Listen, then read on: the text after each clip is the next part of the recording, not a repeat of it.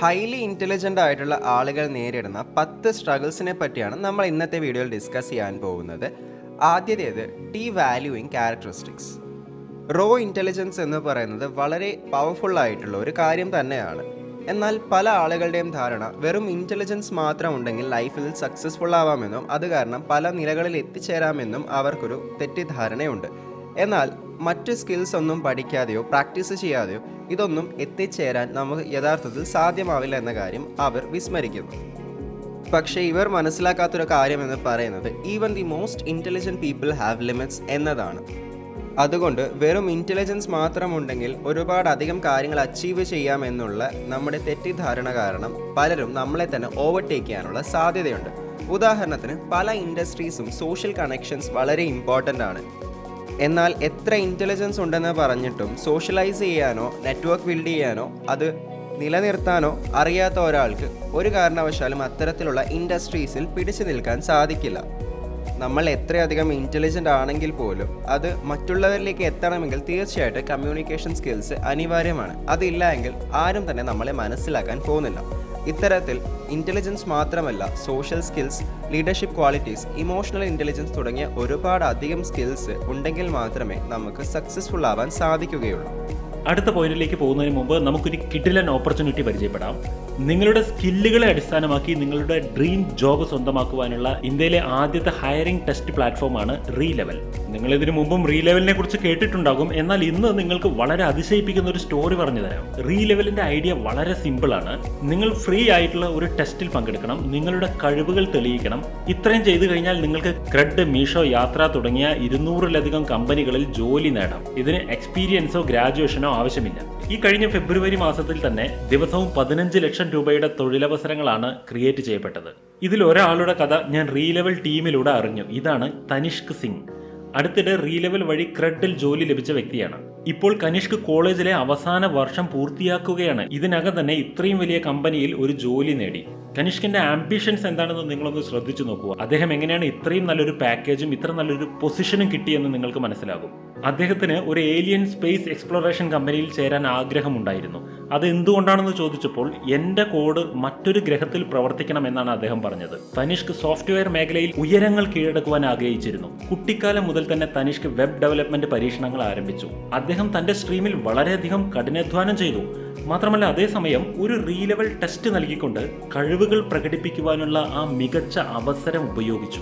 നിങ്ങൾക്കും ഇതുപോലെ ശരിയായ, നിങ്ങൾക്ക് യോജിക്കുന്ന, നിങ്ങൾ ഇഷ്ടപ്പെടുന്ന കരിയർ തിരഞ്ഞെടുക്കുവാൻ റീലെവലിൽ അവസരങ്ങളുണ്ട്. ആദ്യ ഒരാഴ്ചയിൽ 27ഓളം ഉദ്യോഗാർത്ഥികൾക്ക് മാത്രമേ റീലെവൽ വഴി ജോലി ലഭിച്ചിരുന്നുള്ളൂ. എന്നാൽ ഇതിൽ ഫ്രണ്ട് ആൻഡ് ബാക്ക് ആൻഡ് ഡെവലപ്മെന്റിന് വാഗ്ദാനം ചെയ്യുന്ന ഏകദേശ ശമ്പളം 10 LPA ആണ്. ഇതിന്റെ ഫീച്ചറുകളാണെങ്കിൽ sales, web development, product management, HR analyst തുടങ്ങിയ പോസ്റ്റുകളിലേക്ക് 13 വ്യത്യസ്ത ടെസ്റ്റുകളിലൂടെ നിയമനം നടത്തുന്നു. അതുപോലെ digital marketing, software testing, blockchain എന്നിവയ്ക്കായി ഏപ്രിലിൽ 3 പുതിയ ടെസ്റ്റുകൾ ആരംഭിച്ചു. എന്തിനധികം നിങ്ങളുടെ ക്വാളിഫയിങ് മാർക്ക് 700-ൽ നിന്ന് 500-ആയി ചുരുക്കിയിട്ടുമുണ്ട്. നിങ്ങൾക്കും നിങ്ങളുടെ ഡ്രീം ജോബ് നേടുവാനുള്ള അവസരമുണ്ട്. നിങ്ങൾ ഇപ്പോൾ ചെയ്യുന്ന അതേ ജോബ് ആണെങ്കിലും അല്ലെങ്കിൽ പുതിയൊരു ജോബ് നേടുവാനാണെങ്കിലും റീലെവൽ നിങ്ങൾക്ക് ഹെൽപ്ഫുൾ ആണ്. നിങ്ങൾ ഇന്ന് തന്നെ ഒരു റീലെവൽ ടെസ്റ്റിന് സൗജന്യമായിട്ട് രജിസ്റ്റർ ചെയ്യുക. ഇതൊന്നും കൂടാതെ ഇതിലെ മികച്ച കാൻഡിഡേറ്റുകൾക്ക് ആപ്പിൾ ഗൂഡികൾ ഗിഫ്റ്റായി നൽകുന്നുണ്ട്. ഈ വീഡിയോയുടെ ഡിസ്ക്രിപ്ഷൻ ബോക്സിലുള്ള ലിങ്കിൽ ക്ലിക്ക് ചെയ്തുകൊണ്ട് നിങ്ങൾക്കൊരു റീലെവൽ ടെസ്റ്റിൽ പങ്കെടുക്കാവുന്നതാണ്. നമുക്ക് തിരിച്ച് വീഡിയോയിലേക്ക് വരാം. രണ്ടാമത്തേത് ടാങ്കിൾഡ് സെൽഫ് എസ്റ്റീം. ഇൻ്റലിജൻ്റ് ആയിട്ടുള്ള ആളുകൾക്ക് അവർ വളരെ ഇൻ്റലിജൻ്റ് ആണെന്നുള്ള ബോധ്യമുള്ളത് കൊണ്ട് തന്നെ മറ്റുള്ളവരെക്കാൾ വളരെ സ്മാർട്ട് ആണെന്നും അതുകൊണ്ട് തന്നെ സ്വയം വളരെയധികം ആത്മാഭിമാനം കൊണ്ട് നടക്കുന്നവരുമായിരിക്കും. എന്നാൽ ഇത്തരത്തിൽ ഇൻ്റലിജൻസ് ഉള്ള ഒരാൾക്ക് ഒരു മിസ്റ്റേക്ക് സംഭവിച്ചു കഴിഞ്ഞാൽ അതിൻ്റെ അവസ്ഥ എന്തായിരിക്കും? അവർ പലപ്പോഴും ഇത്തരത്തിലുള്ള മിസ്റ്റേക്സ് ആക്സെപ്റ്റ് ചെയ്യാൻ ഒട്ടും തന്നെ താല്പര്യം കാണിക്കുന്നവരല്ല. എപ്പോഴും ഇത്തരത്തിലുള്ള ഫീഡ്ബാക്സിനോടും കൺസ്ട്രക്റ്റീവ് ക്രിറ്റിസിസത്തിനോടും വളരെയധികം റെസിസ്റ്റൻ്റ് ആയിട്ട് പെരുമാറുന്നവരായിരിക്കും ഇൻ്റലിജൻ്റ് ആയിട്ടുള്ള ആളുകൾ. അതുകൊണ്ട് തന്നെ ഹൈലി ഇൻ്റലിജൻ്റ് ആയിട്ടുള്ള ആളുകൾക്ക് ഫീഡ്ബാക്ക് കൊടുക്കുന്ന സമയത്ത് വളരെയധികം സൂക്ഷിക്കേണ്ടതുണ്ട്. കാരണം അവരൊരിക്കലും അവരുടെ മിസ്റ്റേക്സ് ആക്സെപ്റ്റ് ചെയ്യുകയില്ല. അത് അവരുടെ ഇൻ്റലക്റ്റിനെയും അതുപോലെ തന്നെ അവരുടെ സെൽഫ് എസ്റ്റീമിനും നേരെയുള്ള ഒരു ആക്രമണമായിട്ട് മാത്രമേ അവർ അതിനെ കൺസിഡർ ചെയ്യുകയുള്ളൂ. മൂന്നാമത്തേത് ഇൻസ്റ്റിങ്ച്വൽ കോമ്പറ്റീഷൻ. പലപ്പോഴും ഇൻ്റലിജൻ്റ് ആയിട്ടുള്ള ആളുകൾ എന്തൊരു കാര്യം ചെയ്യുമ്പോഴും തങ്ങളെക്കാൾ ഇൻ്റലിജൻസ് കുറഞ്ഞ ആളുകളുമായിട്ടുള്ള ഒരു കോമ്പറ്റീഷനായിട്ടാണ് അതിനെ കരുതാറ്. അതുകൊണ്ട് തന്നെ അവരെക്കാളും എപ്പോഴും മുന്നിലെത്തണം എന്നതിന് വേണ്ടി പറ്റാവുന്ന അത്രയും ഇൻ്റലിജൻസ് ഉപയോഗിച്ച് കാര്യങ്ങൾ ചെയ്യുകയാണ് ഇവർ ചെയ്യാറ്. അവരെ സംബന്ധിച്ചിടത്തോളം വിജയം എന്ന് പറയുന്നത് മാത്രമല്ല, അവരുടെ റെപ്യൂട്ടേഷൻ പ്രൊട്ടക്റ്റ് ചെയ്യുക എന്നത് വളരെയധികം ഇമ്പോർട്ടൻ്റ് ആയിട്ടുള്ള ഒരു കാര്യമാണ്. അതുകൊണ്ട് തന്നെ ഒരു കാരണവശാലും അവർ തോൽവി ഇഷ്ടപ്പെടുന്നില്ല. അഥവാ തോറ്റുപോവുകയോ അല്ല എങ്കിൽ അവരുദ്ദേശിച്ച റിസൾട്ട്സ് അവർക്ക് ലഭിച്ചില്ല എങ്കിലോ അവർ വളരെയധികം ഡിസപ്പോയിൻറ്റഡും ഇൻസെക്യൂറുമായി ഫീൽ ചെയ്യുന്നു. ഇതിന് പ്രധാന കാരണം എന്ന് പറയുന്നത് അവരുടെ തന്നെ എക്സ്പെക്റ്റേഷൻസ് അവർക്ക് സാറ്റിസ്ഫൈ ചെയ്യാൻ സാധിക്കുന്നില്ല എന്ന കാരണം കൊണ്ടുകൂടിയാവാം. ഇത് യഥാർത്ഥത്തിൽ ഒരുപോലെ നല്ലതും മോശവുമായിട്ടുള്ള ഒരു ശീലമാണ്. ഇൻ്റലിജൻ്റ് ആയിട്ടുള്ള ആളുകൾക്ക് അവരുടെ എക്സലൻസ് അച്ചീവ് ചെയ്യാൻ വേണ്ടി ഒരുപാടധികം മോട്ടിവേഷൻ നൽകാൻ ഈ ഒരു ശീലം കൊണ്ട് സാധിക്കും. എന്നാൽ അതുപോലെ തന്നെ ഒരു ഫെയിലിയർ ആക്സെപ്റ്റ് ചെയ്യാതിരിക്കാനുള്ള ഒരു മൈൻഡ് സെറ്റും അവരിൽ ബിൽഡ് ചെയ്യാൻ ഇത്തരത്തിലുള്ള ശീലങ്ങൾ അവരെ നിർബന്ധിതരാക്കുന്നു. നാലാമത്തേത് റിജക്റ്റിംഗ് റെപ്പിറ്റേഷൻ. പലപ്പോഴും ഇൻ്റലിജൻ്റ് ആയിട്ടുള്ള ആളുകൾ എപ്പോഴും പുതിയ മേച്ചിൽപ്പുറങ്ങൾ തേടിക്കൊണ്ടേയിരിക്കും. അവർക്ക് എപ്പോഴും പുതുതായിട്ടുള്ള ചലഞ്ചസും അതുപോലുള്ള കാര്യങ്ങളും ചെയ്യാനായിരിക്കും കൂടുതൽ താല്പര്യം. അവർക്ക് എപ്പോഴും എൻഗേജ്ഡ് ആയിരിക്കാനും സ്റ്റിമുലേറ്റഡ് ആയിരിക്കാനും അതുപോലെ ഇൻ്റലക്ച്വലി ചലഞ്ച്ഡ് ആയിരിക്കാനും ആഗ്രഹമുള്ളവരായിരിക്കും. എന്നാൽ റിയൽ ലൈഫിൽ നമ്മൾ ചെയ്യുന്ന ജോലികൾ പലതും വളരെയധികം റെപ്പിറ്റേറ്റീവും മ്യൂണ്ടൈനുമായിരിക്കും. ഉദാഹരണത്തിന് നമ്മൾ വീട്ടിൽ ചെയ്യുന്ന ജോലികളായാലും നമ്മൾ ഓഫീസിൽ പോയി ചെയ്യുന്ന ജോലികളായാലും എപ്പോഴും ഒരേ പാറ്റേണിലുള്ള വളരെയധികം റെപ്പിറ്റേറ്റീവും ബോറിങ്ങുമായിട്ടുള്ള ജോലികൾ തന്നെയായിരിക്കും. ഇവ ഒരിക്കലും ഒരു ഇൻ്റലിജൻ്റ് ആയിട്ടുള്ള പേഴ്സണിന് വളരെ ചലഞ്ചിങ് ആയിട്ട് അനുഭവപ്പെടില്ല. അതുകൊണ്ട് തന്നെ ഇത്തരത്തിലുള്ള റെപ്പിറ്റേഷൻ അവരെ വളരെയധികം ഡിസ്റ്റർബ് ചെയ്യുന്നുണ്ട് എന്നുള്ളതാണ് സത്യം. ഇത് പലപ്പോഴും അവരുടെ ഇൻ്റലിജൻസിനെയും അതുപോലെ അവരുടെ പ്രോഡക്ടിവിറ്റിയെയും ഈവൻ അവരുടെ കരിയറിനെ പോലും ബാധിക്കാവുന്ന ഒരു വളരെ മോശമായിട്ടുള്ള ഒരു കാര്യമാണ്. അഞ്ചാമത്തേത് ഇൻ്റലക്ച്വൽ വറീസ്. ഇൻ്റലിജൻ്റ് ആയിട്ടുള്ള ആളുകൾ നാച്ചുറലി വളരെ വറീസമായിട്ടുള്ള ആളുകൾ തന്നെയാണ്. ആങ്സൈറ്റിയും സെൽഫ് ഡൗട്ടും നെഗറ്റീവ് തിങ്കിങ്ങും ഒക്കെ വളരെ പ്രോൺ ആയിട്ടുള്ള ആളുകളായിരിക്കും ഇൻ്റലിജൻ്റ് ആയിട്ടുള്ള ആളുകൾ. ഇതിന് പ്രധാനപ്പെട്ട കാരണം എന്ന് പറയുന്നത് ലോകത്ത് നടക്കുന്ന ഒരുപാടധികം മോശമായിട്ടുള്ള കാര്യങ്ങളും മിസ്ഫോർച്യൂൺസും എല്ലാം തന്നെ ഇൻ്റലിജൻ്റ് ആയിട്ടുള്ള ആളുകൾ വളരെയധികം വറി ചെയ്യുന്നുണ്ട്. അതുപോലെ അത് അവരെ നല്ല രീതിയിൽ ട്രിഗർ ചെയ്യുകയും അവരിലെ ആങ്സൈറ്റിയും സെൽഫ് ഡൗട്ടും നെഗറ്റീവ് തിങ്കിങ്ങും ഒക്കെ നന്നായിട്ട് ആക്സിലറേറ്റ് ചെയ്യുകയും ചെയ്യുന്നുണ്ട് എന്നതാണ്. എന്നാൽ അവരുടെ ആങ്സൈറ്റിയുടെ ക്വാളിറ്റി അല്ല, അവരുടെ ക്വാണ്ടിറ്റിയാണ് ഏറ്റവും അധികം വ്യത്യസ്തമായി ഇരിക്കുന്നത്. മറ്റുള്ളവരെ അപേക്ഷിച്ച് ഹൈലി ഇൻ്റലിജൻ്റ് ആയിട്ടുള്ള ആളുകൾ ഒരുപാടധികം സമയം സ്പെൻഡ് ചെയ്യുന്നത് ഇത്തരത്തിലുള്ള നെഗറ്റീവായിട്ടുള്ള കാര്യങ്ങൾ ചിന്തിക്കാനാണ്. അത് അവർ മനഃപൂർവ്വം ചെയ്യുന്നതല്ല. എന്നാൽ പലപ്പോഴും ഒരു വിഷയത്തെ അവർ സമീപിക്കുന്ന സമയത്ത് അവർക്ക് പല ആംഗിളിൽ നിന്നുമുള്ളൊരു കാഴ്ചപ്പാട് ലഭിക്കുകയും അതിൽ നിന്നും അവർ ഒരുപാട് നെഗറ്റീവായിട്ടുള്ള കോൺസിക്വൻസസിനെ നേരിടുകയും ചെയ്യുന്നുണ്ട് എന്നതാണ്.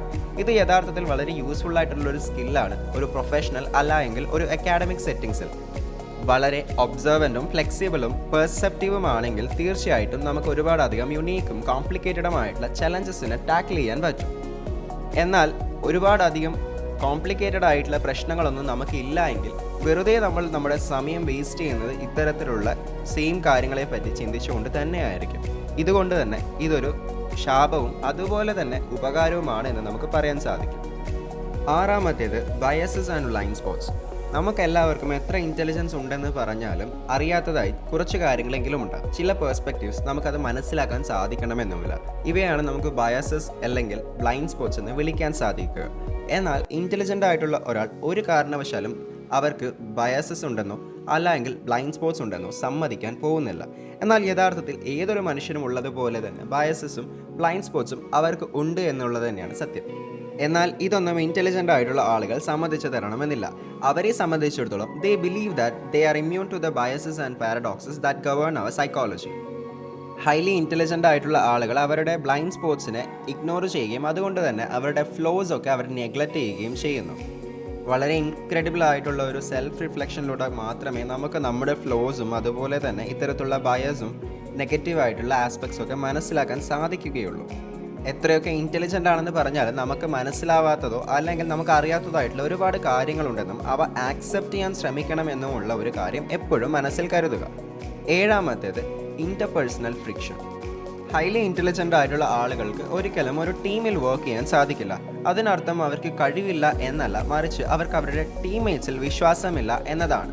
അവർ വളരെ ഹൈലി ഇൻ്റലിജൻ്റ് ആയതുകൊണ്ട് തന്നെ മറ്റുള്ള ആർക്കും തന്നെ അവരുടെ അത്രയും ഇൻ്റലിജൻസ് ഇല്ല എന്ന കാര്യം അവർ ഓൾറെഡി കരുതുന്നു. മാത്രമല്ല അതുകൊണ്ട് തന്നെ പലപ്പോഴും അവരൊരു വർക്ക് മറ്റുള്ളവരെ ഏൽപ്പിക്കുന്ന സമയത്ത് ഹൈ എക്സ്പെക്റ്റേഷൻസും വെച്ച് പുലർത്താറുണ്ട്. പലപ്പോഴും മറ്റുള്ള ടീമിലുള്ള അംഗങ്ങൾക്ക് അത്രയും അധികം എക്സ്പെക്റ്റേഷൻസ് മീറ്റ് ചെയ്യാൻ പറ്റണമെന്നില്ല. അതുകൊണ്ട് തന്നെ ഒരുപാടധികം ഫ്രിക്ഷൻ ആ ടീമിൽ ഉണ്ടാവാൻ സാധ്യതയുണ്ട്. ഇത്തരത്തിൽ വർക്ക് കംപ്ലീറ്റ് ആവാതെ പോവുകയും അല്ലെങ്കിൽ ആ ടീമിൻ്റെ തന്നെ പ്രോഡക്റ്റിവിറ്റിയെ വളരെ മോശമായി തന്നെ ബാധിക്കുകയും ചെയ്യുന്നു.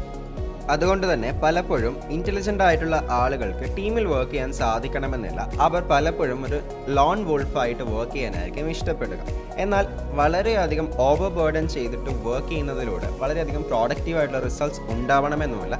ഇത് വളരെ കൗണ്ടർ ഇൻറ്റ്യൂട്ടീവ് ആയിട്ടുള്ള ഒരു കാര്യമാണെങ്കിലും ഇങ്ങനെയാണ് പലപ്പോഴും ടീം വർക്ക്സിലൊക്കെ സംഭവിക്കുന്നത്.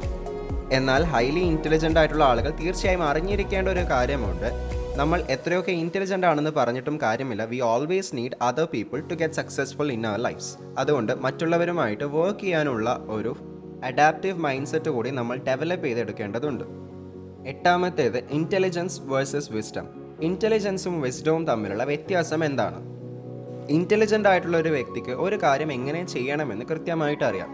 ഇൻ്റലിജൻ്റ് ആയിട്ടുള്ള ഒരു വ്യക്തി ഒരുപാടധികം പുസ്തകങ്ങൾ വായിക്കുകയും അതിലെ കാര്യങ്ങളെല്ലാം തന്നെ മെമ്മറൈസ് ചെയ്യുകയും അത് ലൈഫിൽ വരുന്ന സമയത്ത് ഇംപ്ലിമെൻറ്റ് ചെയ്യാൻ വേണ്ടി ശ്രമിക്കുകയും ചെയ്യുന്ന ഒരു വ്യക്തിയാണ്. എന്നാൽ വിസ്ഡം എന്ന് പറയുന്നത് പ്രോബ്ലം സോൾവിങ്ങുമായിട്ട് ബന്ധപ്പെട്ടിട്ടാണ്. അവർക്ക് ഒരു റിയൽ ലൈഫ് പ്രോബ്ലം എൻകൗണ്ടർ ചെയ്യുന്ന സമയത്ത് അതിനെ വ്യക്തമായി സോൾവ് ചെയ്യാനുള്ള ഒരു മൈൻഡ് സെറ്റ് ഉള്ളവരായിരിക്കും.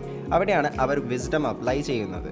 ഇൻ്റലിജൻ്റ് ആയിട്ടുള്ള ഒരു വ്യക്തി പലപ്പോഴും ഇത്തരത്തിലുള്ള കാര്യങ്ങളെല്ലാം തിയോറിറ്റിക്കലി നന്നായി അറിഞ്ഞിരിക്കുമെങ്കിലും അവ പ്രാക്ടിക്കലി ഇംപ്ലിമെൻറ്റ് ചെയ്യാൻ ഒരല്പം പുറകോട്ടാണ് എന്ന് തന്നെ പറയാം. എന്നാൽ വിസ്ഡം ഉള്ള ഒരാൾ ഒരു കാരണവശാലും ഇത്തരത്തിലുള്ള ഒരു സെറ്റ് ബാക്ക് അനുഭവിക്കുന്നില്ല എന്നുള്ളതാണ് സത്യം.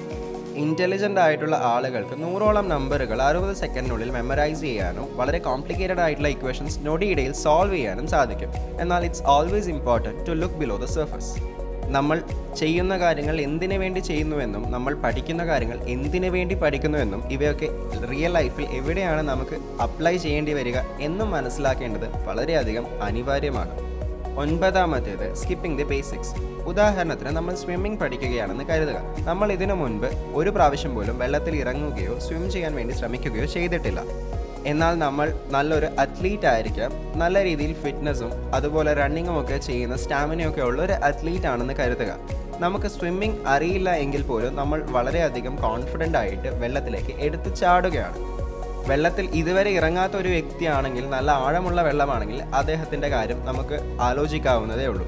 അതിന് എത്ര അത്ലീറ്റ് ആണെന്ന് പറഞ്ഞിട്ടും കാര്യമില്ല. സ്വിമ്മിംഗ് അറിയില്ല എങ്കിൽ തീർച്ചയായിട്ടും വെള്ളത്തിൽ മുങ്ങിപ്പോകാനുള്ള സാധ്യത വളരെ അധികമാണ്. അപ്പോൾ തീർച്ചയായിട്ടും നമ്മൾ സ്വിമ്മിംഗ് പഠിക്കുന്ന സമയത്ത് വെള്ളത്തിൽ ഇറങ്ങി തന്നെ നമ്മൾ പഠിക്കേണ്ടതുണ്ട്. അതിനുശേഷം മാത്രമേ നമുക്ക് വളരെയധികം നല്ല രീതിയിലൊരു സ്വിമ്മറായി മാറാൻ സാധിക്കുകയുള്ളൂ. ഇത്തരത്തിൽ നമ്മൾ നമ്മുടെ ബേസിക്സ് സ്കിപ്പ് ചെയ്യുന്നതിലൂടെ നമുക്ക് എന്ത് സ്കില്ലാണോ ആർജിക്കേണ്ടത് അത് നമുക്ക് യഥാർത്ഥത്തിൽ പഠിക്കാൻ പറ്റാതെ പോകുന്നു. നമ്മളതിൽ ഫെയിൽ ആവുകയാണ് ചെയ്യുന്നത്.